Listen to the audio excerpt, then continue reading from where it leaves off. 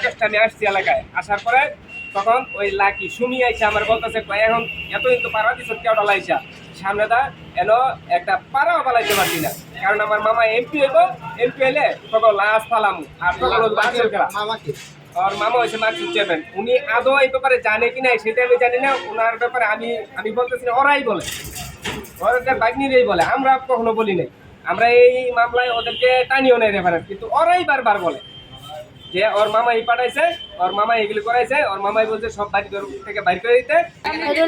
হুজুরের বাড়ি ধর্মস্থ থেকে বাড়ি ছেলে মেয়ে সব আছে, তারা বাড়ি ঘর উচ্চত্ব করে চিনচুন করে বাচ্চা বিদায় করা হয়েছে। কারা কারা বিদায় করছে? স্বাস্থ্য জানাত ভাইয়েরা। স্বাস্থ্য ভাইয়ের নাম কি?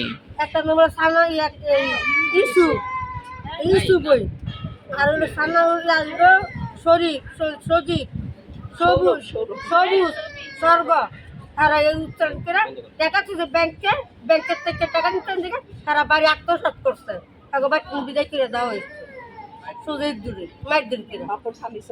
এটা আমার শ্বশুর বাড়ি, আমরা এই বাড়িতে থাকতাম, আমাদেরকে ওরা বাড়িতে আইসা মারধর করে তারপরে আমাদের বাড়ি থেকে একা করে বের করে দিচ্ছে। কে কে মারধর করছে? কে কে? তারা সুমি, লাকি, সবির, স্বর্গ। আবার একটু স্পষ্টভাবে বলেন। সুমি, লাকি, স্বর্গ, সবির। এবার আমরা বাড়িতে কোনো দিন আসতে পারি না, ওরা বাড়ি করে যা ছিল সব কিছু লুটপাট করে ওরা সব বিক্রি করে দিচ্ছে।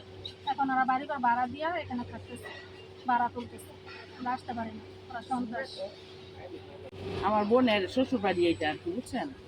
তো এই যে ওদের মারধর করে বাসা থেকে বের করে দিছে। লাকি, সুমি, তারপর স্বর্গ আর সবির। হ্যাঁ, ওরা অনেক মানে খারাপ। আর ওরা শেল্টারকে দেয় এই যে ইয়া কেন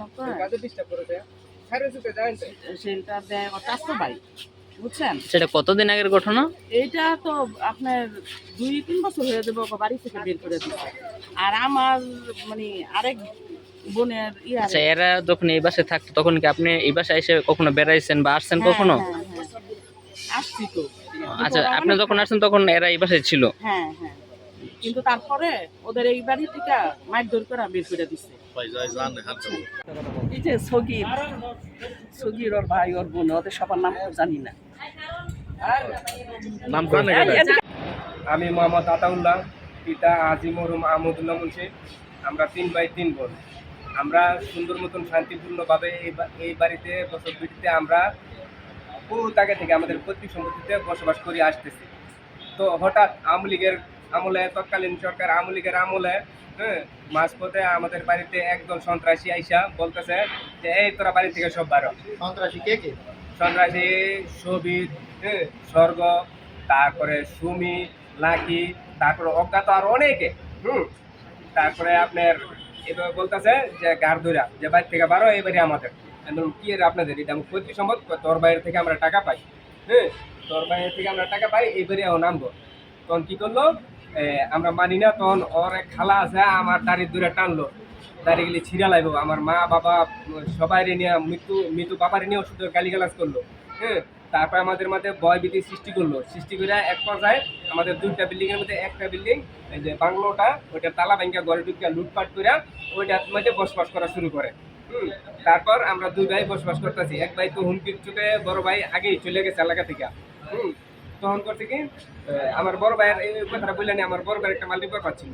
বড় ভাই ক্ষুদ্র ঋণ দিত এবং পাবলিকও ওনার কাছ থেকে মুনাফা ভিত্তিক কিছু টাকা রাখতো, প্রফিট নিত, প্রতি মাসে টাকা রাখতো।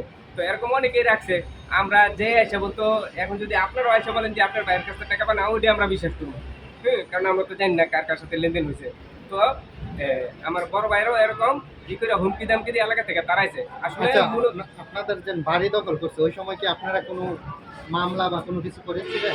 তখন আমরা থানায় অভিযোগ করছি, চেয়ারম্যানের জানাইছি, মেম্বারের জানাইছি, এরা কিছু করতে পারেনি। তারপরে আমরা ই করছি, থানায় অভিযোগ করছি, মামলা নেয় না। তখন এরা কোনো পুরোপুরি ব্যবস্থা করে না।